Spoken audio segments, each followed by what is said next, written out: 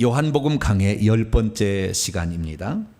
예수님의 12가지 신앙 고백에 대한 영적인 의미 세 번째 시간을 함께 갖도록 하겠습니다. 예수께서 누구신가라는 것은 매우 큰 주제이죠. 성경에서 요한복음 5장 39절에도 너희들이 성경에서 영생을 얻기 위하여 성경을 연구하지만 이 성경이 곧 내게 대하여 증언하고 있다. 그러니까 성경을 보게 될 때 예수님이 누구신지를 볼 수 있는 눈이 열려야 성경을 볼 수 있는 지각의 그 영역이 넓혀지는 거예요. 근데 하나의 재미난 이야기로 이렇게 성경을 보게 되면 이 성경은 그 이야기로 끝나는 거예요. 근데 거기에서 과연 예수 그리스도를 하나님께서는 어떻게 표현하고 있는가라는 사실을 볼 수 있는 눈이 열리게 되면 우리가 성경을 제대로 본 거죠. 성경을 제대로 봐야만이 요한복음 17장 3절 영생은 유일하신 참 하나님과 그의 보내신 자 예수 그리스도를 아는 것이라. 영생의 그 분량은 예수 그리스도를 아는 분량이 되기 때문에 영생의 분량이 늘어나는 거죠. 영생이란 영원한 생명으로서 아버지께서 주시는 것으로서 그 아버지의 생명의 분량이 충만한 사람일수록 나중에 우리가 천국에 가면 아버지의 보좌 앞으로 더 나아가는 거죠. 그렇기 때문에 저와 여러분은 이 예수 그리스도를 아는 것에 많은 힘을 쓰게 되시기를 바랍니다. 그래서 구약 시대도 아주 중요한 말을 했어요. 자, 우리 성경 하나를 볼까요? 호세아서 6장을 볼까요? 구약 성경 호세아 6장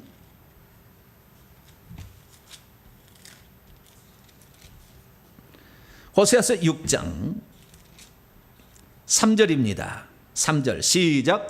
그러므로 우리가 여호와를 알자. 힘써 여호와를 알자. 그의 나타나심은 새벽빛같이 어김없나니 비와 같이 땅을 적시는 늦은 비와 같이 우리에게 임하시리라 하시니라. 아멘. 호세아 6장 3절에 가면 구약의 성도들은 여호와를 알아야 되는 거예요. 구약의 성도들은 여호와를 힘써 알라. 힘써 그냥 적당히 알고 스쳐 지나가게 하는 것이 아니라 알기 위해서 힘써라. 그럼 얼마만큼 알기 위해서 힘써야 되느냐? 호세아서 2장을 보세요. 얼마만큼 알기 위해서 힘써야 되느냐? 2장 19절로 20절을 봅니다. 호세아서 2장 19절로 20절까지 말씀을 봅니다. 다 찾으셨으면 함께 읽죠. 시작. 내가 네게 장가들어 영원히 살되 공의와 정의와 은총과 긍휼히 여김으로 내게 장가들며 진실함으로 내게 장가들리니 내가 여호와를 알리라. 장가들어서 시집 장가들어서 그 아내와 남편을 아는 것처럼 여호와를 알아야 된다 그 말이에요. 그러니까 저 사람이 누군지 연애할 때는 잘 몰라요. 왜냐하면 연애할 때는 너무나 화장을 잘해가지고 그 사람의 본 얼굴이 뭔지를 알 수가 없어요. 특히 연예인들은 더 그렇습니다. 연예인들은 그 화장을 하고 나오기 때문에 실제 맨 얼굴하고 많이 틀리대요. 그래서 저 사람이 그 사람인가? 그런다는 거예요. 결혼할 때도 그런다는 거예요. 결혼할 때까지도 한 번도 잘 모르다가 결혼한 날 그 다음날 아침에 일어나 보니까 웬 딴 여자가 있더라 이거예요. 어제까지 너무 화장을 잘해버렸거든. 계속 화장된 얼굴만 봤는데 아침에 보니까 이 김이 주근깨 돼 있고 무엇이 막 눈썹도 덜 이쁜 거예요. 보니까 시커멓지 않아. 여기 딴 여자가 있나? 네, 그럴 수 있다는 거예요. 그러니까 그 사람을 속속들이 알려면은 장가들어서 알 때 더 속속들이 안다는 거예요. 네, 그 정도로 우리가 하나님을 알아야 된다 그거죠. 이것이 아는 것이 영생이라 그런 거죠. 저와 여러분들은 하나님을 알되 힘써서 알고 장가들어서 시집가서 아는 것처럼 하나님을 알 수 있게 되기를 축원합니다. 그래서 하나님이 진정 우리에게 바라시는 내용은 뭐냐? 자, 이사야 11장을 열어보죠. 또 이사야 11장 앞쪽으로 가서 이사야 11장 9절입니다. 네. 하나님이 궁극적으로 원하는 게 뭐냐 이거죠. 구약시대에 지금 말로 얘기를 합니다. 구약시대 말로. 네. 이사야 11장 9절 말씀입니다. 같이 한번 읽어보시죠. 시작. 내 거룩한 산 모든 곳에서 해됨도 없고 상함도 없을 것이니 이는 물이 바다를 덮음같이 여호와를 아는 지식이 세상에 충만할 것이라. 물이 바다를 완전히 덮은 것처럼 하나님을 아는 지식이 가장 가득해지기를, 이것이 바로 천국에서 상황입니다. 그 앞에 6절부터 보게 되면 천국에서는 싸우는 일이 없거든요. 이리와 어린 양이 함께, 표범이 어린 염소와 함께 눕고 살고, 송아지 어린 사자와 살찐 짐승이 함께 있어 어린아이에게 끌리는, 바로 이러한 사자가 소처럼 풀을 먹는 아버지, 이렇게 우리 하나님께서 계시는 그곳은 그렇게 평화로운 그런 곳이 되는데, 이 모든 곳에서, 그래서 천국에 가게 되면 하나님을 알라 하지 않아도 잘 알 수가 있어요. 그런데 그 분량은 우리가 정해서 가는 겁니다. 그렇기 때문에 우리가 이 땅에서 하나님을 아는 분량을 정확히 더 키워나가는 복된 성도가 되기를 바랍니다. 그래서 우리가 예수 그리스도를 지금 알려고 하고 있는 것입니다. 요한복음은 이 예수 그리스도가 누구신가에 관한 그러한 말씀을 우리에게 증거해 주고 있죠. 요한복음을 기록한 목적이 그렇게 다 있기 때문에. 그래서 우리는 요한복음 1장을 통하여서 예수님이 누군지를 공부하고 있는데, 오늘은 세 번째 시간입니다.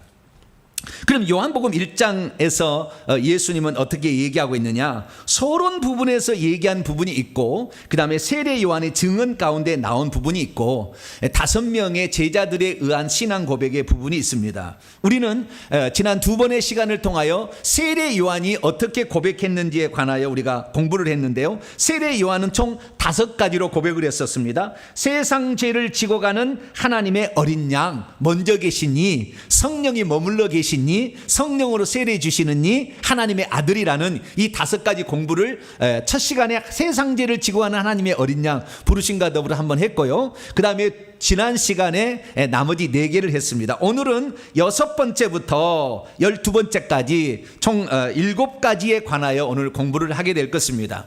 뭐 깊숙하게 공부하려면 하나 하는데 1시간씩 해야 되겠지만, 그렇게까지 우리가 뭐 하지 않아도, 그래도 제가 어느 정도까지는 여러분에게 말씀을 드릴 거예요. 그래서 오늘은 총 7가지 공부를 하게 되는데요. 우선 요한복음 1장을 보세요.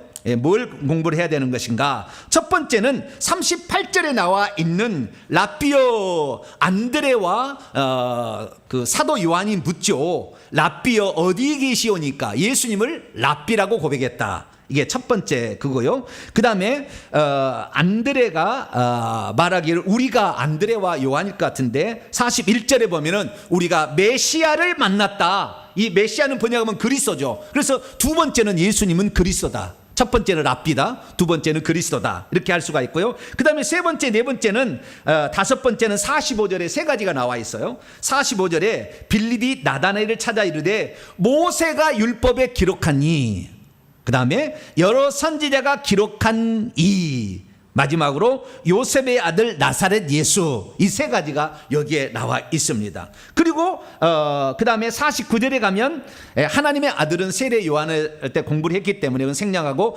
이스라엘의 임금, 여기에 임금이라는 말을 원문으로 보면 왕이라고 되어 있어요. 이스라엘의 왕. 우리가 성찬들이 되면 늘 그러잖아요. 이스라엘 왕이 나셨네. 이스라엘 왕이 나셨다고 하잖아요. 이스라엘의 왕이라는 의미가 무엇인가? 이스라엘 왕으로 고백되어졌죠. 그 다음에 51절 보면은 예수님이 친히 말하기를 인자 위에 오르락내리라. 이것은 5명의 신앙 고백은 아닙니다만 예수님이 스스로 자신을 지칭하는 표현이에요. 나라는 용어 대신에 쓴 용어거든요. 인자라고. 그래서 그 인자라는 말이 대체 무엇인가? 인자라는 의미, 이 호칭의 의미는 대체 무엇인가? 그래서 우리가 여기까지 살펴봄으로 총 12가지의 예수님에 대한 신앙 고백을 살펴보는 시간을 갖도록 하겠습니다. 오늘은 드디어 라삐부터 시작을 해보도록 하죠. 자, 라삐라는 말은 히브리어입니다. 히브리어. 라삐. 원래는 라보니 또 이렇게 얘기하기도 하죠. 라삐라는 말은 나의 선생님이란 뜻입니다. 나의 선생님이라는 뜻이에요. 근데 이것이 하도 자주 부르다 보니까 이제 그 로마에서도 그러잖아요. 자기 그 종들이 주인을 부를 때 my lord 항상 그러잖아요. my lord 말씀하세요. 마일로드 이렇게 하듯이 랍비라는 것은 나의 주님, 나의 스승님, 나의 스승님, 나의 선생님이라는 의미입니다. 그런데 랍비라는 용어가 나중에는 어떻게 굳어지게 되냐면 처음에 선생님이라는 의미는 어떤 율법을 가르쳐주는 선생님이라는 그런 의미일 뿐만 아니라 어떤 기술을 가르쳐줄 때도 랍비가 될 수 있었어요. 어떤 기술을. 그러니까 율법을 가르쳐주는 율법 교사만을 지칭하는 게 아니라 다양한 것을 의미했는데 이스라엘 사람들이 나중에는 이 율법 학교를 졸업하고 정규 과정을 거쳐야만이 랍비라는 칭호를 주게 됩니다. 아주 뒤에 일어난 일이에요. 한참 뒤에 80년도 90년도에 일어난 일입니다. 근데 그 전에는 율법을 많이 알고 있는 사람들을 존경해서 랍비라고 이렇게 불러준 거예요. 아시겠죠? 그러다가 나중에는 고유명사처럼 바뀌었어요. 그때는 율법 교사라고 딱 이제 그 고정이 되는 개념이 되고 처음에는 그러진 않았어요. 그래서 이 존경하는 의미로 처음에는 랍비라는 것을 사용하게 되죠. 그런데 시간이 지날수록 이 랍비라는 의미는 어떻게 되느냐? 율법 교사라는 의미가 확장이 되어서 율법 교사를 의미하는 의미로 많이 쓰이게 되는 것이죠. 그래서 여기서도 마찬가지로 율법에 대해서 잘 아시는 분이라는 의미로 쓰여지고 있습니다. 오늘 본문 말씀에 요한복음 1장 35절에서 51절 말씀 두 번 랍비라는 얘기가 나오는데 첫 번째는 안드레와 그리고 사도 요한으로 추정되는 그 인물 두 사람이 랍비여 어디에 머물고 계십니까? 라고 얘기하고 그 다음에 두 번째는 빌립의 친구 나다나엘이 랍비여 당신은 하나님의 아들이시요 당신은 이스라엘의 임금이로소이다 라고 얘기를 합니다. 그러면 랍비라는 용어를 쓰지 아니하고요 디다스 칼로스라는 용어를 쓸 수가 있습니다. 이 디다스 칼로스라는 말은 선생님이에요. 티처입니다. 선생님이란 말이 용어가 나와요. 성경에도 예수님 부를 때 다윗의 자손이요 그 다음에 선생님이요 그 다음에 주님 뭐 이렇게 여러 가지 용어를 쓰지 않습니까? 그런데 그 중에서 랍비라는 용어를 맨 처음에 만났을 때 썼다라는 것들은 이 사실은 무엇을 말해주고 있냐면 안드레나 사도 요한이나 빌립이나 나다나엘이나 율법에 대해서 매우 관심이 많았다는 걸 말해주고 있어요. 그리고 지금 그 자신들이 만났던 그분은 율법에 대해서 우리에게 잘 설명해 줄 수 있는 존경할 만한 분이라는 그 의미를 담고 있어요.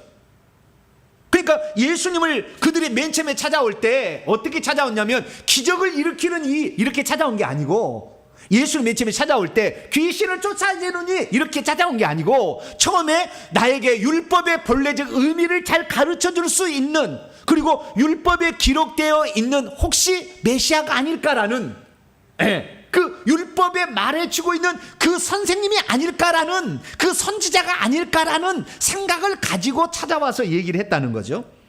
그래서 이 랍비라는 용어가 나오는데 이 성경에요 신약 성경에서 랍비라는 용어가 총 15번 나와요. 근데 그 중에서 절반 이상 8회가 요한복음에 나와요. 안드레와 이 요한이 1장 38절에서 랍비라고 얘기하고 나다나엘이 1장 49절에 얘기를 하고요. 나중에 공회원이었던 니고데모가 찾아와서도 랍비라고 예수님을 부릅니다. 그래서 요한복음 3장 2절 보면 니고데모가 밤에 예수께 찾아와 랍비여 우리는 당신이 하나님께로부터 오신 선생인 줄 아나이다. 랍비여하고 선생을 다르게 표현하잖아요. 그렇죠? 디다스 칼로스는 선생님이고 랍비는 나의 스승님 이렇게 얘기를 하는 거예요. 그래서 존경하여. 그런데요 니고데모가 어떤 사람이냐면은 사내들인 공회에 72명이 있었는데 그 중에서 율법을 가르치고 율법을 해석해 주는 최고의 꼭대기 있었다고요. 니고데모가 나중에 배우게 될 겁니다. 요한복음 3장에 가서 배우게 될 텐데 그렇게 율법의 전문가가 예수를 만날 때 랍비라고 불러줬다니까요. 그러니까 보통뿐이 아니라는 사실을 이미 사람들은 알고 있었어요. 그래서 니고데모도 그렇게 얘기하고요. 그 다음에 이 제자들이 나중에 요한복음 9장에 날 때부터 그 맹인된 자에게 말하기를 이 사람이 맹인으로 난 것이 누구의 죄로 인함입니까? 자기입니까? 자기 부모입니까? 이렇게 랍비라는 용어를 자주 사용하므로 율법에서는 어떻게 이것을 말하고 있는지 말씀해 주십시오 라는 의미로 말하고 있어요. 그러니까 그러니까 당신은 율법의 본래적 의미를 정확히 설명해 줄 수 있는 이유, 율법에서 약속하고 있는 바로 그이가 아닙니까? 라는 의미로 랍비라는 용어를 썼다는 거예요. 사실 예수님은 우리의 영원한 랍비가 아니겠습니까? 그래서 예수님께서 마태복음 23장에 외식하는 서기관과 바리새인들을 향하여 말하기를 너희는 랍비라 칭함을 받지 말라. 너희의 선생은 하나요? 너희는 다 형제가 아니냐? 너희들이 시장에서 문안받는 거, 랍비라 칭함을 받는 거 좋아하는데 너희들은 율법 선생이 아니다. 왜냐하면 잘못 가르치고 있었기 때문에. 그래서 너희의 선생은 하나다. 그러면 그때 디다스칼로스는 대체 누구를 말하는 것일까? 하나님 아버지를 말하는 것일까요? 예수님을 말하는 것일까요? 성령님을 가르치는 것일까요? 거기에는 본문에는 나와 있지 않아요. 근데 우리가 추정을 해볼 수가 있죠. 그것은 1차적으로는 하나님 아버지겠고, 진짜 선생님은, 율법 선생님은 지금 말씀하고 있는 율법을 해석해 줄 수 있는 이. 그래서 요한복음 5장에 읽어보게 되면 예수님이 이렇게 얘기하죠. 옛사람에게 말한 바 살인하지 말라 하는 것을 너희가 들었으나 나는 너희에게 말하노니, 너희가 나가라 하면 공회에 잡히게 되고 미련한 놈이라면 지옥불에 던져지라. 그렇게 율법을 해석해 주는 5가지 부분이 6가지가 나와요. 6가지가 이는 이로 갚으라 뭐 했다는 얘기를 들었으나, 뭐 그 다음에 간음하지 말라는 얘기 들었으나 여자를 보고 이미 음욕을 품고 여자를 보면 간음해, 이렇게 해석해 주는 게 율법을 해석해 주는 게 나온다고요. 그러니까 예수 그리스도께서는 율법을 완전하게 해석해 주신 의미가 분명했어요. 그렇기 때문에 예수님도 당연히 랍비라고 칭함을 받을 만합니다. 그래서 예수님께서 뭐라고 얘기했냐면, 자 요한복음 어디를 볼까요? 요한복음 13장을 볼까요? 요한복음 13장. 예수님이 자신을 랍비라고 하지 않았지만 선생이라고는 얘기를 했어요. 랍비라는 용어는 일종의 상당히 전문 용어니까 그러지 않고, 자 요한복음 13장 13절로 14절, 13절로 14절 볼까요? 시작. 너희가 나를 선생이라 또는 주라 칭하니 너희의 말이 옳도다. 내가 그러하다. 내가 주와 또는 선생이 되어 너희의 발을 씻었으니 너희도 서로 발을 씻어주는 것이 옳으니라. 나중에 막달라 마리아도 예수님 부활할 때 라보니라고 얘기를 하지 않습니까? 그래서 그때 예수님이 아니라고 얘기하지 않으세요. 그러니까 우리에게 율법을 가르쳐 주시는 진실한 이는 예수 그리스도밖에 없어요. 그래서 예수 그리스도께서 율법을 해석해 준 것이 완벽한 해석이다. 그래서 우리는 예수 그리스도께서 율법을 해석해 주는 그 원칙을 따라가야지 서기관과 바리새인들이 해석해 준 걸 따라가면 안 돼요. 그래서 오늘 이 본문 말씀은 누가 바로 랍비냐, 예수 그리스도이심을 우리에게 간접적으로 드러내고 있죠. 그래서 이 랍비라는 용어가 이 요한복음에 등장하는데, 우리들도 예수 그리스도만이 하나님의 말씀을 정확히 해석해 줄 수 있는 유일한 분으로 믿게 되기를 축원합니다. 이게 첫 번째, 오늘 6번째 항목이고요. 7번째 항목으로서는 베드로에게 안드레와 그리고 요한이 찾아가서 말하기를 우리가 메시아를 만났다. 41절에 말하는 것인데요, 이방인 독자들을 위하여 그리스도라고 번역을 해주고 있죠. 그래서 요한복음은 이방인들도 듣게 하기 위한 그런 복음서다라고 우리가 확인할 수가 있게 되는데, 여기에 메시아라는 용어가 등장합니다. 메시아라는 말은 한글로 음력을 한 것이고 원래는 마시아흐입니다. 뭐라고요? 마시아흐. 예, 이것이 정확한 발음입니다. 마시아흐인데요, 우리가 마시아흐를 만났다라고 얘기를 하는 겁니다. 그러면은 그들이 마시아흐를 만났다라는 것은 그들이 얼마나 메시아에 대해서 갈급해 있었는지를 우리가 알 수가 있죠.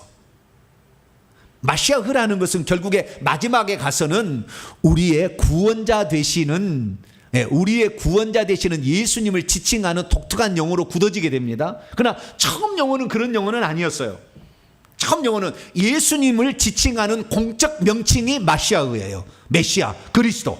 그래서 그 그리스도, 당신은 그 그리스도시요 살아계신 하나님의 아들입니다 할 때, 그때 그 그리스도라는 말은 하나님이 구약 성경에 장차 인류를 구원시키기 위해서 보내질 자로 예언된 바로 그분을 지칭하는 용어의 총칭입니다. 그래서 공적인 명칭이지만 마시아흐라는 용어는 처음부터 그런 의미는 아니었어요. 그러면 처음부터 어떤 의미였느냐? 기름 부음을 받은 자란 뜻이에요. 마시아흐가 히브리어로 보면은 기름 부음을 받은 자라는 뜻입니다. 그러면 기름 부음을 받은 자라는 뜻은 누가 맨 처음에 썼느냐? 다윗이 썼어요. 다윗이라는 사람이 처음 썼어요. 자, 성경 말씀을 한번 찾아보도록 하죠. 사무엘상 24장을 열어봅니다. 사무엘상 24장. 이게 마시아의 뜻이에요. 6절입니다. 사무엘상 24장 6절. 다윗이 처음 썼어요. 다윗이 처음 쓴 용어예요. 그전에도 기름 부음 받은 자가 있긴 있었어요. 아론도 기름 부음을 받았거든요. 출애굽기 29장 7절에 보면 아론을 기름 부어서 대제사장을 세우라 그러거든요. 근데 그때 그 기름 부음 받은 자라는 의미로 마시아라고 쓰지는 않았다 그 말이에요. 다윗이 맨 처음에 쓴 용어입니다. 그럼 뭐라고 썼는가? 자, 24장 6절 읽어봅니다. 시작. 자기의 사람들에 이르되 내가 손을 들어 여호와의 기름 부음 받은 내 줄을 치는 것은 여호와께서 금하시는 것이니 그는 여호와의 기름 부음 받은 자. 여호와의, 그 다음에 히브리를 보면 여호와의 마시아의이기 때문이다 이렇게 되어 있다고요. 여호와의 마시아의이기 때문이다. 여호와라는 말도 헬라 보면은 아하야흐의 마시아흐다 이렇게 돼 있다는 말이에요. 정확히 얘기하자면 기름 부음을 받은 자라. 그래서 누가 기름 부음을 받았느냐? 사울을 하나님께서 기름 부어 왕이라는 직책을 처음 세우잖아요. 그렇게 세우라고 했지 않습니까? 자, 사무엘상 9장을 앞으로 넘어가 봐요. 사무엘상 9장 16절을 봅니다. 네. 사무엘상 9장 16절 시작. 내일 이맘때에 내가 베냐민 땅에서 한 사람을 내게로 보내리니 너는 그에게 기름을 부어 내 백성 이스라엘의 지도자라는 것은 낙이든데요, 대장 캡틴이라는 말이거든요. 지도자로 삼으라. 그가 내 백성을 블레셋 사람의 손에서 구원하리라. 그렇게, 그래서 마시아의 마지막은 구원자예요. 구원자가 돼야 되는 거예요. 마시아가 되려면, 마시아가 그리스도가 구원하지 못한다고 한다면 그냥 선지자로 끝나는 거예요. 그냥 왕으로 끝나는 것이지 그게 아니라는 거예요. 그래서 구원자라는 의미로, 종국적인 의미로 써서 유일하게 예수 그리스도를 지칭하는 용어로 썼지만 처음에는 하나님이 기름을 부었다는 거예요. 10장 1절을 보세요. 사무엘상 10장 1절. 이에 사무엘이 기름병을 가져다가 사울의 머리에 붓고 입맞추며 이르되 여호와께서 내게 기름을 부으사 그의 기업의 지도자로 삼지 아니하였느냐. 총 지도자 대장으로 삼지 않았느냐 이렇게 얘기하지 않습니까? 그래서 최초로 그 용어를 사용한 사람은 누구였느냐? 그게 바로 다윗이었다. 다윗. 그래서 다윗은 하나님께서 기름을 부어서 어떤 직책을 주신다라는 거예요. 그래서 기름 부음을 받은 자의 최초의 직분은 기름 부음 받은 자라는 의미의 처음에 쓴 의미는 왕이라는 겁니다. 왕.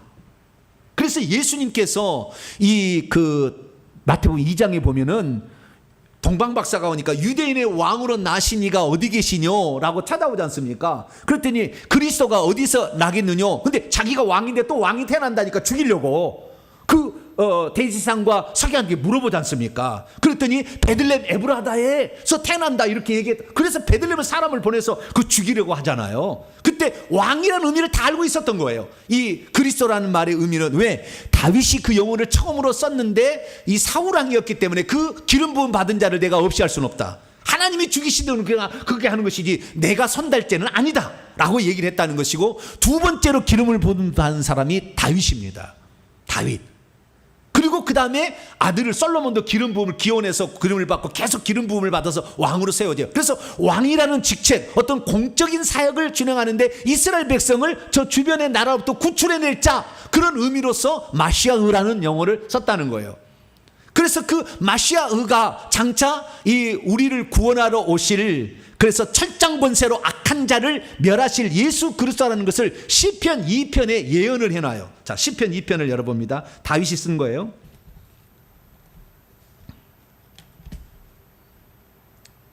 시편 2편 2절을 보게 되면, 1절부터 보게 되면, 어찌하여 이방 나라들이 분노하여 민족들이 헛된 일을 꾸미는가? 세상의 군왕들이 나서며 관원들이 서로 꾀하여 여호와와 그의 기름 부음 받는 자, 여호와와 그 다음에 그의 마시아를 대적하며 이렇게 돼 있거든요.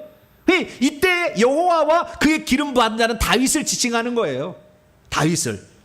그래서 6절을 보니까 내가 나의 왕을 거룩한 시온에 세웠다 하시리로다. 나의 왕, 하나님께서 나의 왕을 땅에 세웠대. 다윗을 왕을 세웠다는 거예요. 그래서 왕적 신분을 처음에는 지칭하는 독특한 용어였다라는 것입니다. 그 왕은 어떤 것이냐, 이 9절 보니까 철장으로 만국을 깨뜨리고 질그릇같이 부스를 수 있는 자. 이게 나중에 요한계시록에 나오지 않습니까? 2장과 19장에 만왕양 만주의 주가 되시는 예수 그리스도, 철장 권세로 만국을 다스릴 남자아이, 이것을 지칭하는 거예요. 그래서 처음에 메시아라는 것은 기름 부음을 받아서 왕으로서 그 자기에게 속한 백성을 구출해내는 자라는 의미로서 처음에 쓰였다는 것입니다. 이것이 나중에는 한 번은 엘리야가 열왕기상 19장 16절 보면 엘리야가 엘리사에게 기름을 부어요. 또 뭐 하사엘과 예후에도 기름 부어서 왕이 되게 하지만 한 번은 선지자에게 기름 부은 것이 딱 한 번 나오고요. 그 다음에 아론의 머리에 출애굽기 29장 7절에 아론의 머리에 기름 부어서 대제사장을 세울 때 또 기름을 부었다는 부분이 나옵니다. 그래서 우리가 오늘날 알고 있기는 기름 부음을 받은 자는 왕의 직책과 선지자의 직책과 제사장의 직책을 수행한다라고 얘기를 하지만 거의 99.9%는 왕직을 수행하는 거예요. 왕직을. 그래서 나다나엘의 신앙 고백 우리가 11번째 보게 됩니다. 자, 요한복음 1장 다시 봅니다. 이것이 그래서 나온 거예요. 그가 왜 이렇게 나왔느냐. 요한복음 1장 49절에 나다나엘이 대답하되 라삐여 당신은 하나님의 아들이시요 당신은 이스라엘의 왕이, 이게 왕이에요. 왕이시요 당신은 메시아란 그런 의미예요.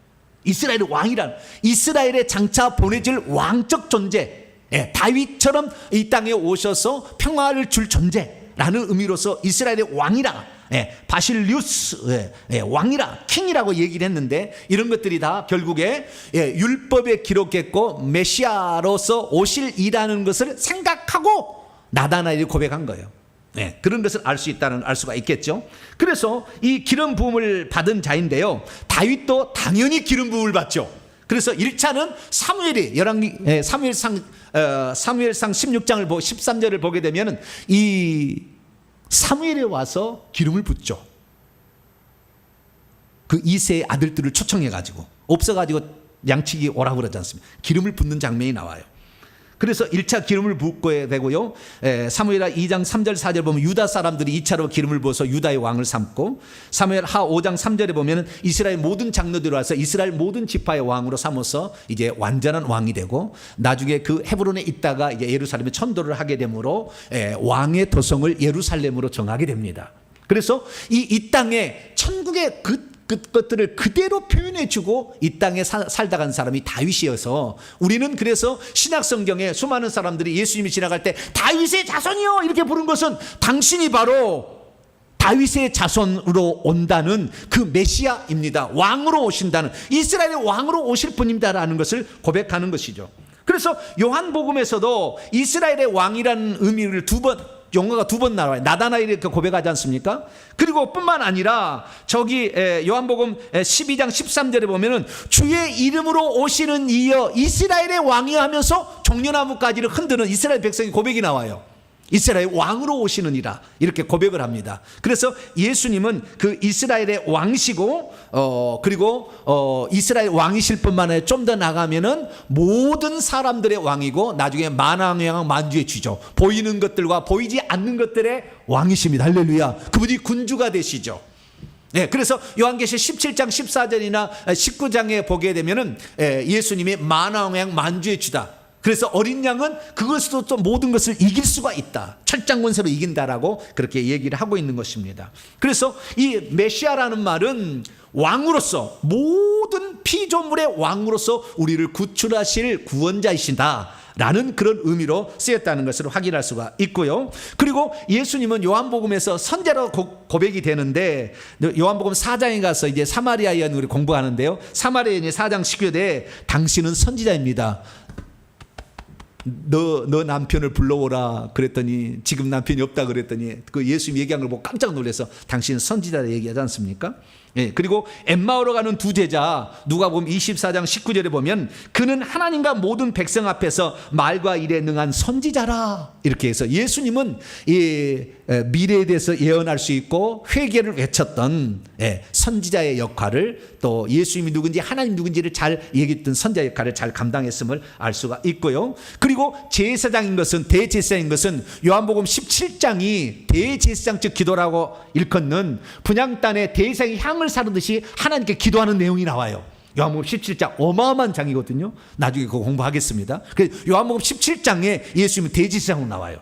그래서 우리는 요한복음에서도 왕이요 선지자요 대제사장이신 예수 그리스도를 발견하게 되는데 그래서 기름 부음을 받고 공적인 업무를 수행하는 자로서 모든 인류를 구출하는 자를 지칭하는 총칭이 그리스도다 라고 우리는 정리할 수가 있고요. 특별히 여기에서 기름은 구약엔 예표였습니다. 감람류 또는 관유를 부어요. 대지상은 관유를 붓고 그 다음에 그 왕을 셀 때는 감람류를 붓게 됐는데, 그런데 이것은 이사야 61장이나 42장을 보게 되면 주의 성령이 내게 내리셨으니 그 주의 성령이 그래서 기름 붓듯 하셨음에, 그래서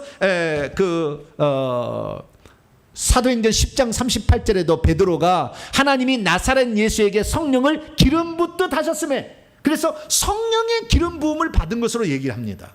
그래서 성령의 기름 부음이 언제냐? 예수님은 모태로부터 성령의 충만함을 받았지만 세례 요한에게 세례를 받을 때 성령이 비둘기같이 내렸잖아요. 보이는 형태로. 그래서 예수님이 세례를 받으실 때에 성령을 기름 붓듯 하나님이 부으셨습니다. 그래서 그때부터 마시아의 공적 임무를 수행하시는 거예요. 그러니까 세례 요한이 일종의 선지자로서 예수님에게 기름을 부었다 이렇게 말할 수 있는 거예요. 영적으로 표현하면. 그래서 예수 그리스도께서는 그전에는 그리스도의 공적 직무를 수행하지 않았어요. 원래 그리스도였겠지만 수행하지 않고 있다가 30살쯤에 비로소 세례 요한에게 세례를 받으시고 공적 임무를 수행하십니다. 그래서 갇혀있는 모든 자를 다 구출해내는 일을 감당하시죠. 그러니까 우리가 오늘도 예수 그리스도를 믿게 되면은 갇힌 자로부터 노임을 받게 되는 줄 믿으시기 바랍니다. 귀신에게 속박에서 벗어날 수 있고 질병의 노예에서 벗어날 수 있다는 것이죠. 그래서 그분을 주님 나의 그리스도신 나의 마시아이시여 나를 모든 갇힘에서 나를 놓아 주시옵소서. 주의 은혜의 해를 나에게 비추사 자유와 해방을 주시옵소서. 이렇게 기도하게 되면 하나님께서 우리 기도를 들으실 줄로 믿습니다. 그리고 그 다음에 이제 1장 45절에 나와 있는 세 가지 표현을 배우도록 하죠. 8번째, 9번째, 그것을 10번째까지 나사렛 사람이라까지 세 가지를 배웁니다. 첫 번째는 율법에 기록된 입니다. 45절 빌립이 나다나엘을 찾아 이르되 모세가 율법에 기록하였고 여러 선지자가 기록한 그의 를 우리가 만났으니 요셉 아들 나사렛. 여기 세 가지가 나옵니다. 첫째, 모세가 율법에 기록하니. 이게 창세기, 출애굽기, 레위기, 민수기, 신명기에 모세가 기록했던 일을 만났다고 빌립이 공부를 많이 했어요. 빌립이 좀 서양물을 먹었어요. 이름도 서양식 이름이에요. 그래서 외국에 가서 공부를 했던 것 같아요. 빌립이. 그 빌립이 헬라어를 잘 썼는데 빌립이 나다나엘 율법 연구를 위해서 무화과나무에서 공부하고 있었던 그를 찾아서 뭐라고 얘기하냐면은 모세가 율법에 기록하였고 너 율법 잘 알지? 여러 선지자들이 너 선지자들이 예언 잘 알지? 그분을 내가 만났어. 그분이 누군지 알아? 나사렛 요셉의 아들 나사렛. 요셉의 아들은 뭔지를 잘 모르겠지만 나사렛 예수에게 이런 말에 나다나엘이 충격을 받아요. 나사렛에서 무슨 총구석에서 갈릴리 총구석에서 무슨 선지자가 나 이렇게 생각을 한 거예요. 좀 이따 나사렛 사람이라는 얼마나 큰 의미가 있는지는 좀 이따 제가 설명하겠습니다. 그런데 앞에 두 가지는 뭐예요? 네가 율법 잘 알지? 너 선지자들의 예언을 잘 알고 있지? 그 선지자들이 기록했고 율법이 기록한 분이 여기 있어 라고 처음에는 소개했다는 거예요. 뒤에는 좀 생략했으면 좋겠는데 우리를 위해서 얘기를 했는 것 같아요. 왜냐하면 우리같이 우진한 자도 처음에 들을 때 깨달을 수 있도록 하려고, 그래서 우리를 위해서 얘기한 게 아닌가 싶은데, 어쨌든 앞에 두 개만 얘기했으면 귀가 쫑긋했어요. 그래? 그분이 어디 계신데? 이렇게 얘기했었는데 뒤에서 요셉의 아들 나사렛, 에이 나사렛에서 무슨 선한 것이 나요, 이제 이렇게 얘기를 해본 거예요. 근데 그것은 엄청나게 큰 뜻이 있어요. 좀 이따 제가 설명하겠습니다. 자, 그럼 먼저 율법에 기록되니라고 얘기한, 율법에 이 그리스도 예수님은 뭐라고 기록되어 있을까요? 그건 뭐 엄청나게 많은 가 있는데요. 제가 창출 레미신에서 나와 있는 것 중에서 간단간단히만 제가 얘기를 하겠습니다. 창세기 보면은 창세기 3장 15절에 여자의 씨로 온다고 그랬다고요. 여자가 처녀, 여자의 씨로, 여자가 낳는다. 마리아가 낳는 거예요, 메시아를. 요셉이 낳은 게 아니고. 여자의 씨로 온다 이렇게 했고요. 두 번째 창세기 22장 17, 18절 보면은 아브라함의 씨로 온다고 그랬어요. 그래서 아브라함의 씨는 대적의 성문을 차지하고 천한 만민이 복을 받게 한다고 그랬어요. 그래서 아브라함의 씨로 온다겠지만 이 창세기 18장 10절과 14절 보면은 여호와께서 이 아브라함과 그 다음에 사라에게 말하기를 내가 내게로 다시 오리니 내 아내 사라에게 아들이 있으리라. 그래서 그때 여호와께서 아들로 오실 분이라고 예언되어 있다고요. 이것이 요한복음 8장 24절 28절 58절에 그 아브라함이 말했던 내가 아들로 온다는, 그래서 나는 나니라, 에고 에임이라는 용어를 그때 사용하죠. 8장에 더 자세히 또 배우도록 하겠습니다. 그래서 하나님께서 아들로 오신다라는 것을 창세기에서 예언했던 바로 그분이라는 거예요. 뿐만 아니라 출애굽기로 넘어가게 되면 출애굽기에서는 뭐라고 나오느냐, 출애굽기 12장에 넘어가게 되면 유월절 어린 양, 고린서 5장 7절에 나와 우리의 유월절 어린 양이 희생되었다 얘기하지 않습니까? 그래서 우리를 죽음의 세력으로부터 건질 수 있도록 자신의 피를 흘려서 우리의 죄를 용서해 줄 수 있는 이로 나오는 거죠. 이게 출애굽기 12장 5절 6절에 나와 있죠. 뿐만 아니라 그분은 누구냐, 출애굽기 16장이 넘어가게 되면 광야의 만나예요. 뭐라고요? 광야에 내리는 만나. 그러니까 예수님께서 요한복음 6장에 이렇게 얘기하죠. 자, 요한복음 6장 열어봅시다. 나중에 요한복음도 6장 공부합니다. 요한복음 6장 48절에서 51절까지, 요한복음 6장 48절에서 51절까지 말씀을 또 봅니다. 시작. 내가 곧 생명의 떡이니라. 너희 조상들은 광야에서 만나를 먹어서도 죽었거니와 이는 하늘에서 내려온 떡이니 이것은 사람으로 하여금 먹고 죽지 아니하게 하려는 것이니라. 나는 하늘에서 내려온 살아있는 떡이니 사람이 이 떡을 먹으면 영생하리라. 내가 줄 떡은 곧 세상을 위한 내 살이니라 하시니라. 예수님 몸과 살과 피가 결국에 우리의 생명을 주기 위해서 이 땅에 온 하나님의 살아있는 떡이라 이렇게 얘기를 하므로, 예수님이 그래서 베세다 들녘에서 오병 이어의 기적을 일으키는 것은 예수님이 참떡이라는 것을 가르쳐 주기 위함이에요. 나중에 요한복음 6장에 가서 정확히 배울 겁니다. 그래서 예수님은 하늘에서 내려와서 우리의 영혼의 생명을 주는, 육신의 양식이 아닌 영혼의 생명을 주는 양식이다.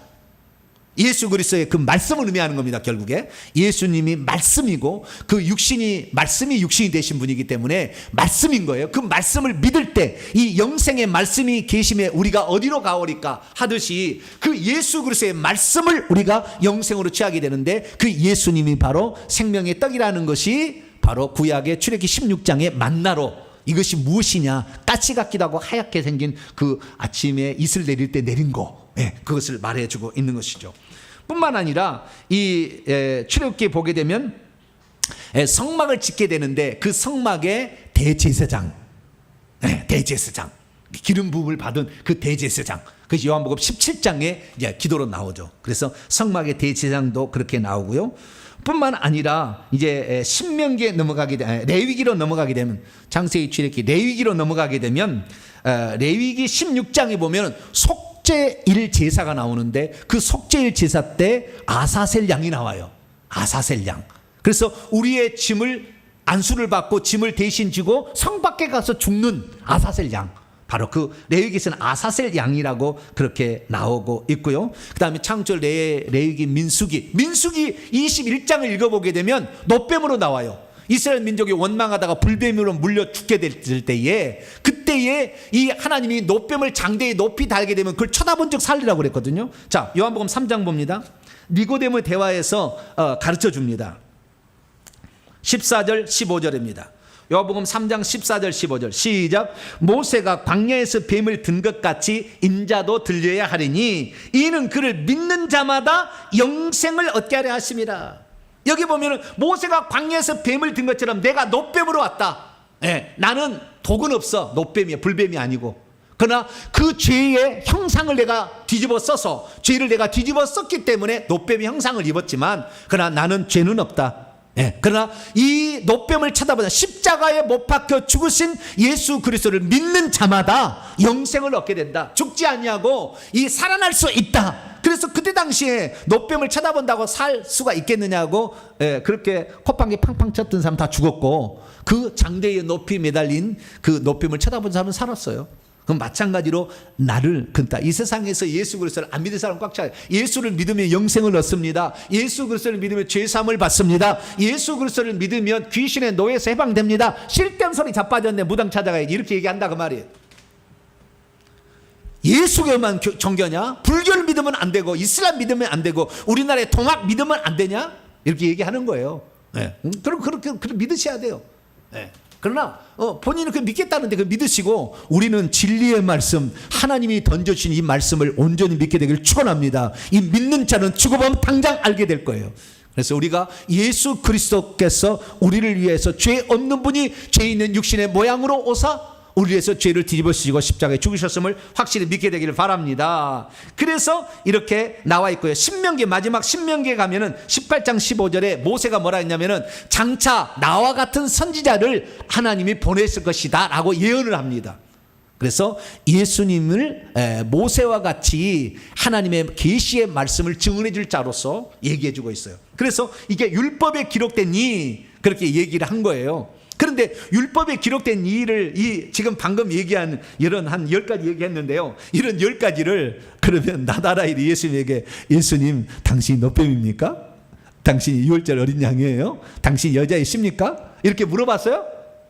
안 물어봤어요. 근데 한 번으로 딱 알아버려요. 나다나엘은 한 번으로 딱 예수님과 대화를 한 번 딱 하면서 딱 알아버립니다. 다른 걸 다 가르치지 않아도 돼요. 왜 그런 줄 아세요? 하나님께서 만세전에 주의 종으로 삼아서 쓰려고 하는 사람은 하나만 가르쳐도 불이 딱 들어와 버려요. 다 알아져 버려요. 그냥 싹 알아져 버리는 거예요. 순간에 싹 알아져 버리는 겁니다. 여러분이 진리의 말씀을 듣기를 사모하면 제가 이렇게 한마디만 얘기해도요, 성경이 딱 꿰뚫어져요. 할렐루야. 알아지는 거예요.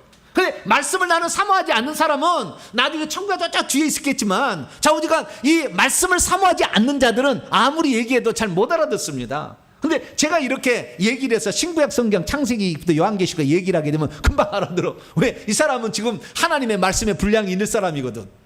그렇게 해서 나이 많은 영적 존재로 보여졌거든요. 그러니까 금방 아는 거예요. 여러분들은 알 수 있도록 힘써 여호와를 알자 그랬고, 영생은 유일하신 참하는 그의 보내신 자 예수를 아는 것이라고 그랬으니까 알기를 더 노력하심으로 더 많은 분량의 예수 그리스도를 소유하는 복된 성도가 되길 축원합니다. 그 다음에 선지자들이 기록한 이라고 또 나오죠. 45절에 나다나엘에게 빌립이 소개하는 메시아는 누구였느냐? 선지자들이 기록한 이였다. 9번째 상황입니다. 선지자가 뭐라고 그러냐? 선지자가 엄청 기록했어요. 선지자들이 뭘 기록했느냐? 예수 그리스도의 출생, 예수 그리스도의 출생지, 예수 그리스도의 그 다음에 혈통, 그 다음에 예수 그리스도의 공생애, 예수 그리스도의 십자가의 죽음, 고난과 죽음, 예수 그리스도의 부활, 예수 그리스도의 성천, 예수 그리스도의 재림까지, 보좌 우편에 앉아 재림까지 다 예언해놨어요. 그러니까 그리스도에 관한 모든 예언들이 이 선지자의 기록에 나오는 것입니다. 자, 그분의 출생, 이사야 9장 6절 이는 한 아기가 우리에게 낳고 한 아들을 우리에게 주신 바 된 그의 어깨는 정사름에 그의 이름은 기묘자라 모사라 전능하신 하나님 영존하신 아버지라 평강의 왕이라 할 것임이라. 이사야 7장 14절 보라 처녀가 잉태에 아들을 낳을 거야 그의 이름을 임마누엘이라 하리라. 마태복음 1장 23절에 그것이 이루어졌다고 이게 천사가 이거 이루어진다고 얘기하지 않습니까? 그래서 처녀로서 출생이 이루어질 것이며 아기로서 아들로서 올 것이다 메시아는. 그러나 그는 영존하시는 아버지다. 똑같다. 한 분 하나님이라 라고 얘기를 하고 있다 그 말이에요. 그분이 그래서 그 출생지는 미가서 5장이네. 베들레헴 에브라다야 니는 유다 족속의 작을지라도 내게서 그 왕이 나올 것이라 이렇게 예언되어 있어요. 그래서 미가서에 보게 되면은 그 출생지도 나와 있어요. 뿐만 아니라 그분이 어디에서 활동을 할 것인가. 공생애를 시작할 때 세례 요한의 안수를 받고 광야에 외치는 자의 소리의 증거를 받을 것이라 이사야 40장에 예언을 했어요. 40장에 예언이 돼 있어요. 그리고 그분은 갈릴리에서 주로 활동할 것이다. 이사야 9장 1절 이하에 그렇게 예언되어 있어요. 그분의 혈통은 아브라함의 씨로 온다. 창세기 22장에 나와 있고요. 사무엘하 7장에 보면은 다윗의 씨로 온다 이렇게 딱 나와 있어요. 뿐만 아니라 이사야 11장 1절 2절 보면 이새의 씨로 온다. 이새의 아들로 온다고 되어 있어요. 그래서 그분의 혈통, 그래서 다윗의 자손 예수라고 하는 것은 그분의 혈통까지도 다 얘기를 해놨어요. 그래서 마태복음 1장은 그 혈통이 어떤 혈통이냐, 다윗이 솔로몬을 낳고 솔로몬이 르호보암을 낳고 이렇게 나가거든요. 왕의 혈통으로 온다. 이렇게 마태복음 1장의 족보고, 누가복음 3장의 족보는 선지자 나단 계열로 온다. 선지자의 후손으로 온다. 이렇게 딱 돼 있다고요. 그래서 그의 혈통까지도 다 마태복음 1장과 누가복음 3장 읽어보게 되면 족보상에 다 이렇게 돼 있다고요. 그래서 아브라함과 다윗의 씨, 그래서 마태복음 1장 1절에 아브라함과 다윗의 씨이신 예수, 아브라함이 다윗의 자손이 예수 그리스도의 세계라 이렇게 얘기하지 않습니까? 아브라함과 다윗의 혈통으로 왔다라는 것이 선지자들이 다 예언해 놓은 거 있는 거예요. 뿐만 아니라 그분의 채찍에 맞으시고, 그분이 찔리시고, 그가 찔림은 우리의 허물을 인하며 그가 상함 우리의 죄악을 인하며 그가 채찍에 맞음으로 우리가 나음을 입었도다. 이사야 53장 5절 고난받는 종으로 채찍에 맞고 버림을 당하고 부자의 묘실에까지 묻히실 것이 이사야 53장에 예언되어 있다고요. 그 다음에 성령의 기름 부음을 받고 공생애를 시작한다. 이사야 61장에 그렇게 얘기해 놓지 않았습니까? 그래서 그분은 여호와께서 내게 기름을 부으시니 마음이 상한 자를 고치고 포로된 자의 자유를 갇힌 자에게 노임을 전파하며 여호와의 은혜의 해를 선포하게 하십니다. 이사야 61장 1절에 3절에 그래서 기름 부음을 받고, 그래서 세례 요한의 기름 받고 공생애도 시작하시고, 그 다음에 고난을 받으시고 죽으시고, 시편에 보게 시편 22편에 보면은 엘리 라마 사막다니 하나님 어찌하여 나를 버리시나이까, 수족을 찌른다. 그 다음에 그 수족을 뼈를 꺾지 아니한다. 다 시편에 또 예언되어 있다고요. 그래서 그의 죽음에 관한 모든 가 예언되어 있고, 뿐만 아니라 그분이 죽은 다음에 요나서 1장 17절 보면 물고기 뱃속에서 3일 동안 3일 3야를 있을 것이다. 그래서 마태복음 12장 40절에 내가 보여줄 표적은 하나도 없지만 선자 요나의 표적은 보여줄 수 있다. 요나가 물고기 뱃속에 3일 3야를 있었다고 하면 나도 땅속에서 3일 3야를 있을 것이다. 그렇게 예언했다고요. 예수 그리스도의 그 죽음 후에 음부의 무덤에 3일 동안 있을 것까지 다 예언되어 있죠. 그리고 예수님이 더 얘기하면은 그 공생애를 하시고 죽으실 때에 스가랴 9장 9절 보면은 나귀를 타고 입성하게 될 것이라 얘기를 했고, 그때 호산나 다윗의 자손이여 예언한다고 시편 128편에 예언되어 있고 다 나와요. 그래서 이 구약의 많은 예언들이 그것을 얘기해주고 있다는 것입니다. 그리고 시편 23편에 여호와는 나의 목자시니, 또 에스겔 34장 15절에도 선한 목자로서 예수님 오실 거야. 이게 요한복음 10장에 나와요. 나는 선한 목자라. 선한 목자는 양들의 몸을 버린다. 이게 또 예언되어 있는 것이고요.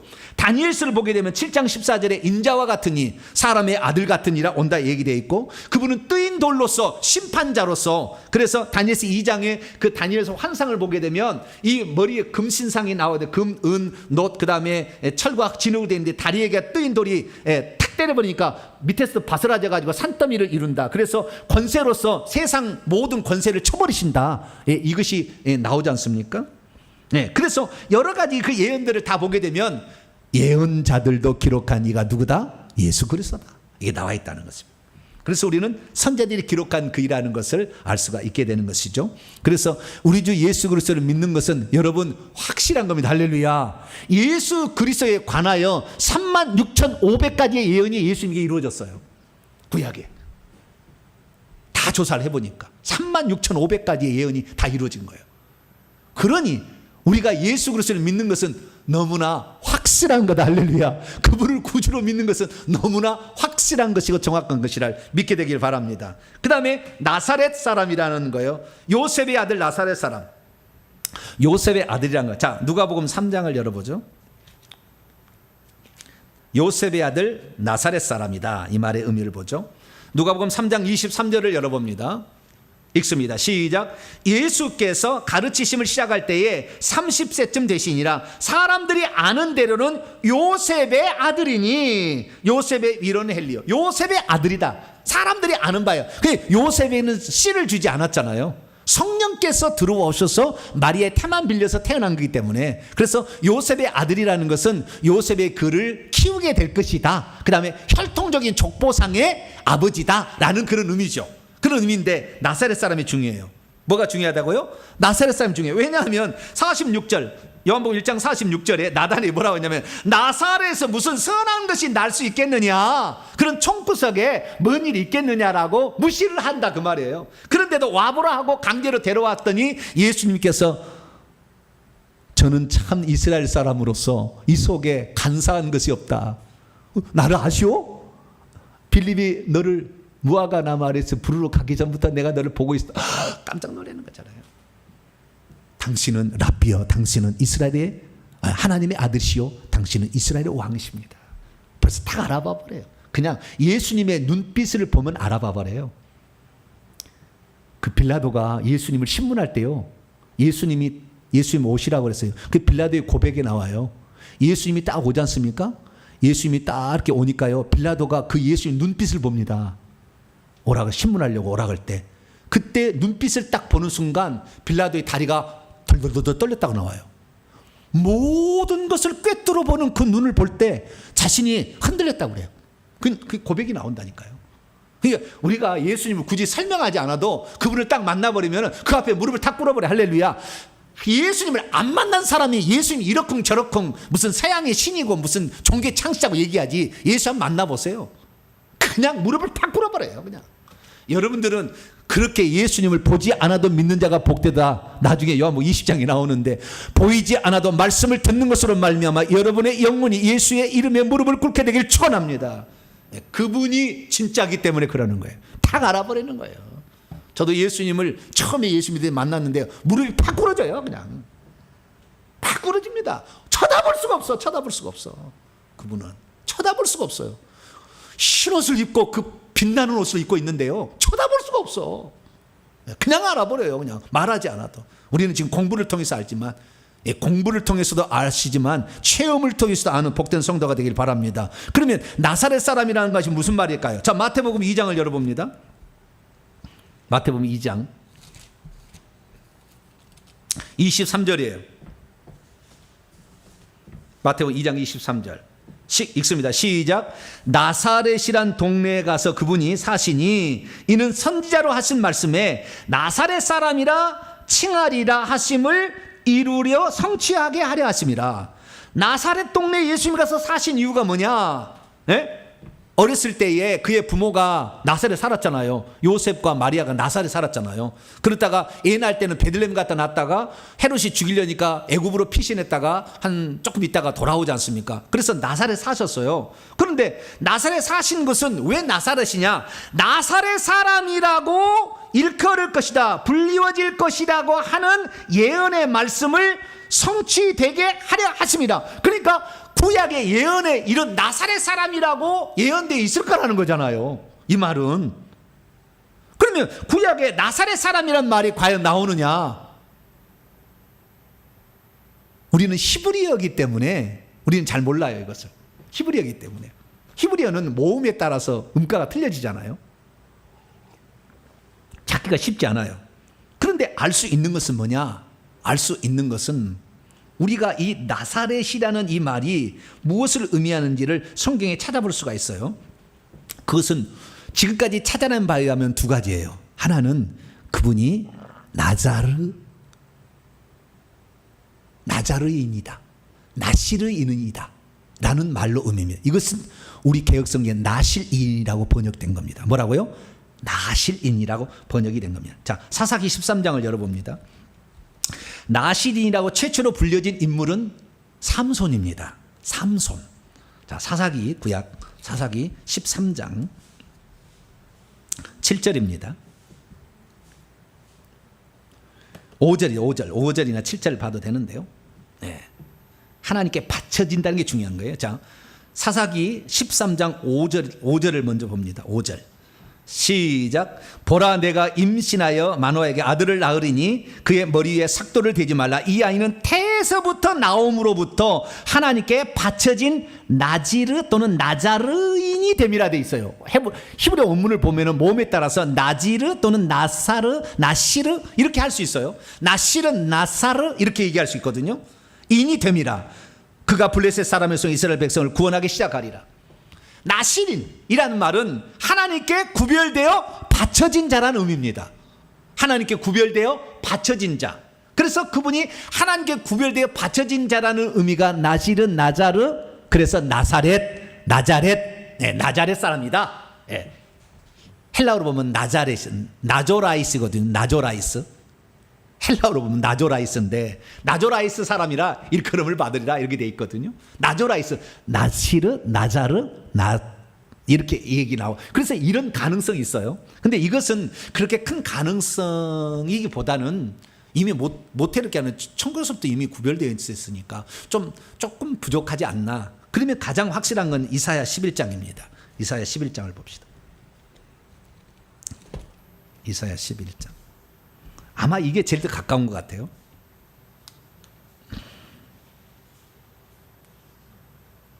이사야 11장 1절을 보면 이새의 줄기에서 한 싹이 나며 그의 뿌리에서 한 가지가 나서 결실할 것인데 그의 위에 여호와의 영이 강림하시는데 이분이 바로 이새의 줄기, 이새의 씨에서 후손이 나와서 메시아가 나온다라는 예언이거든요. 그런데 여기에 보면은 이새의 줄기가 아니고 원문을 봅니다. 이사야 11장 1절. 이새의 구루터기에서 한 가지가 나서 가지가 날 것이야. 한 가지가 올라올 것이며 그의 뿌리에서 한 싹이 나서 열매를 맺을 거예요. 그러니까 거꾸로 번역되어 있어요. 한글은 지금. 한글은 거꾸로 번역돼요. 한 싹이 아니고 한 가지가 올라오고 가지가 돋을 것이며 그의 뿌리에서 한 싹이 올라오는 거예요. 뿌리에서 가지가 올라오는 것이 아니라 뿌리에서 싹이 올라오고 그 줄기에서 가지가 올라오는 거예요. 그러면 히브리어를 보게 되면 뭐라고 하냐면은 이새의 줄기에서 한 싹이 날 때 싹은 호테르라고 돼 있어요. 그러니까 이 줄기에서 이렇게 올라오는 것은 뭐예요? 호테르라고 부르고 그 다음에 이 뿌리에서 이렇게 올라오는 게 있다. 뿌리에서 올라오는 것은 넷제르라고 합니다. 뭐라고요? 넷제르가 올라온다래. 제가 여러분 이해를 위해서 제가 사진 하나를 준비해 왔는데요. 사진을 좀 보도록 하죠. 이게 지금 감람나무예요. 예수님 당시에 겟세마네 동산에 있었을 것으로 추정되는 나무입니다. 2000년 넘었어요. 계속 부풀려가지고 그렇게 커졌어요. 근데 이 감람나무가 위에서 새로운 싹이 올라와서 저렇게 색깔이 틀리죠. 아래하고 위하고. 그렇죠? 새로운 가지가 올라온, 가지에서 가지가 아시겠죠? 그 줄기에서 가지가 올라온 게 하나 있잖아요. 그것을 뭐라냐? 호테르라고 부릅니다. 호테르. 줄기에서 올라오는 가지 뭐라고요? 호테르라고 부릅니다. 그런데 이 뿌리에서 뿌리에서 올라오는, 여러분 잘 안 보이는데 뿌리에서 한 작은 지금 싹이 올라가고 있어요. 근데 이건 잘 안 보이는데 제가 아침마다 이렇게 요즘에 제가 건강 때문에 산책을 다니는데 산책에서 제가 찍은 사진입니다. 왼쪽의 사진을 보게 되면 줄기에서 한 가지가 올라왔죠. 새로운 싹이 가지가 올라온 거죠. 그렇죠? 왼쪽에 보면은 가지가 오른쪽을 보게 되면 그 뿌리에서 올라오는 세 가지 싹이 이렇게 올라온 게 있죠. 그래서 줄기에서 올라오는 가지는 호테르, 뿌리에서 올라오는 싹 이 가지는 넷제르라고 한다는 거예요. 넷제르. 그래서 그 넷제르와 호테르가 다르는데 그 용도가 달라요. 용도가. 자, 이 줄기에서 올라오는 것은요, 막대기로 씁니다. 막대기로. 목자가. 그 다음에 뿌리에서 올라오는 것은 지팡이로 쓰는 거예요. 지팡이로. 뿌리에서 올라오는 넷제르는 지팡이로 쓰는 거예요.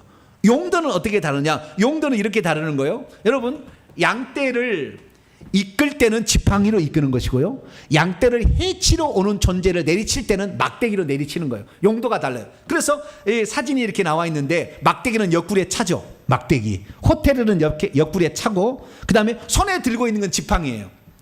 모세도 지팡이를 들었죠. 그 지팡이는 넷제르입니다. 넷제르. 지팡이를 드는 거예요.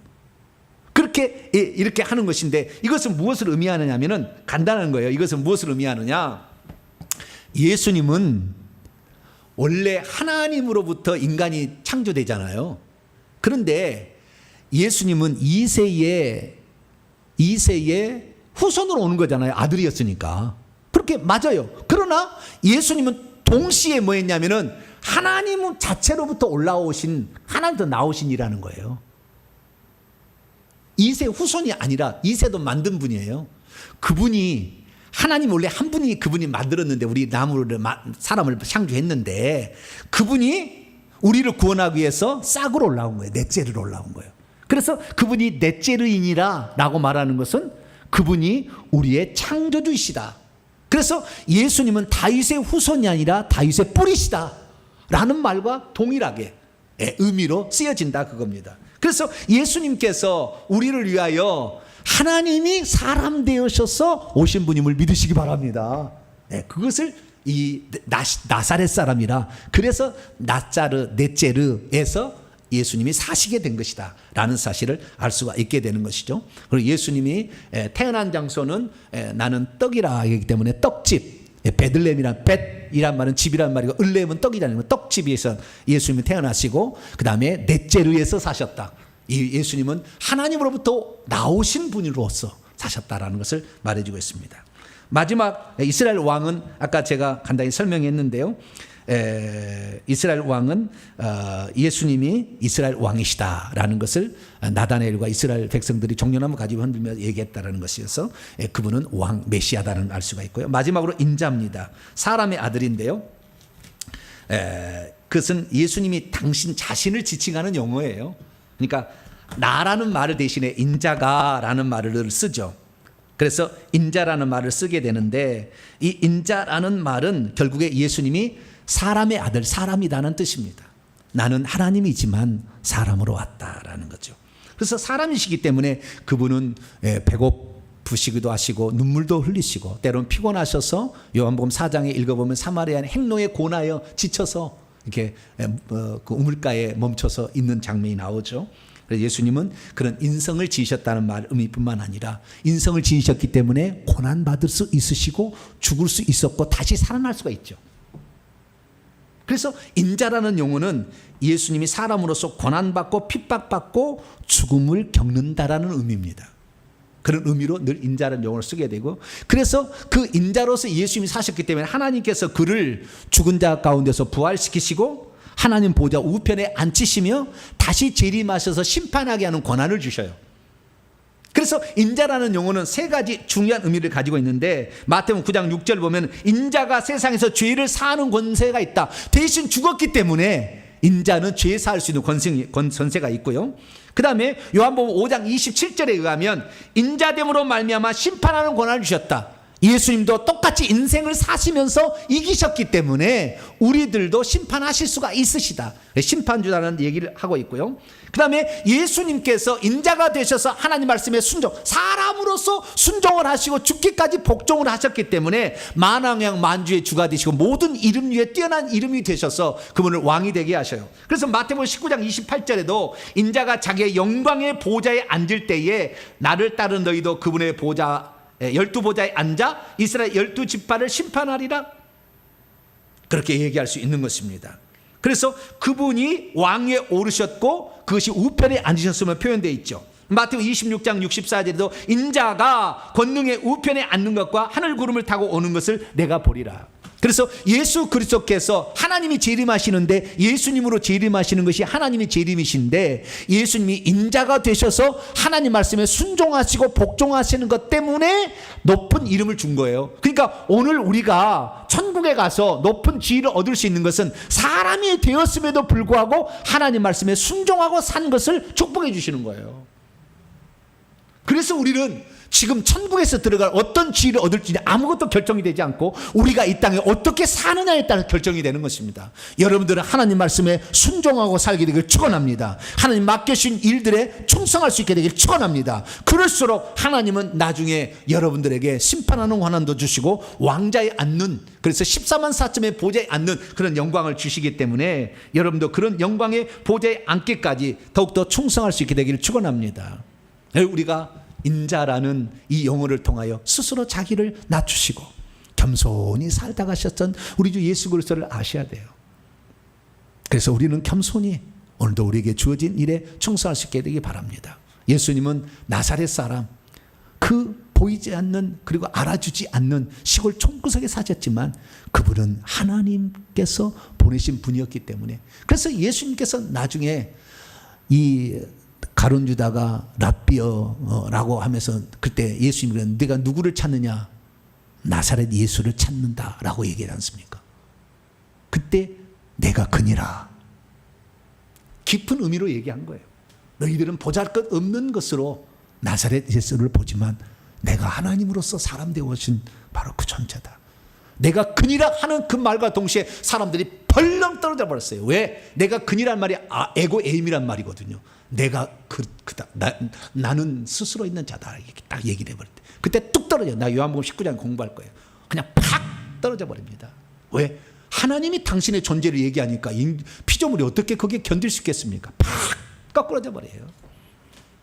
우리는 스스로 하나님이신데 낮추셔서 나사렛 사람이라 칭함을 받으셨던 그분처럼 겸손히 사셔서 여러분의 나중에 하나님께서 인정해 주시는 높은 지혜에 속하는 그런 자가 되시기를 간절히 바랍니다. 거룩하신 하나님 감사합니다. 오늘 예수 그리스도께서 누구신가 7가지 신분에 대해서 들었습니다. 이 예수 그리스도를 나의 주님으로 영원토록 모시며 살 때 예수님 본받아 겸손히 살아가는 저희들 되게 해 주옵소서. 우리 주 예수 그리스도의 이름으로 기도하옵나이다.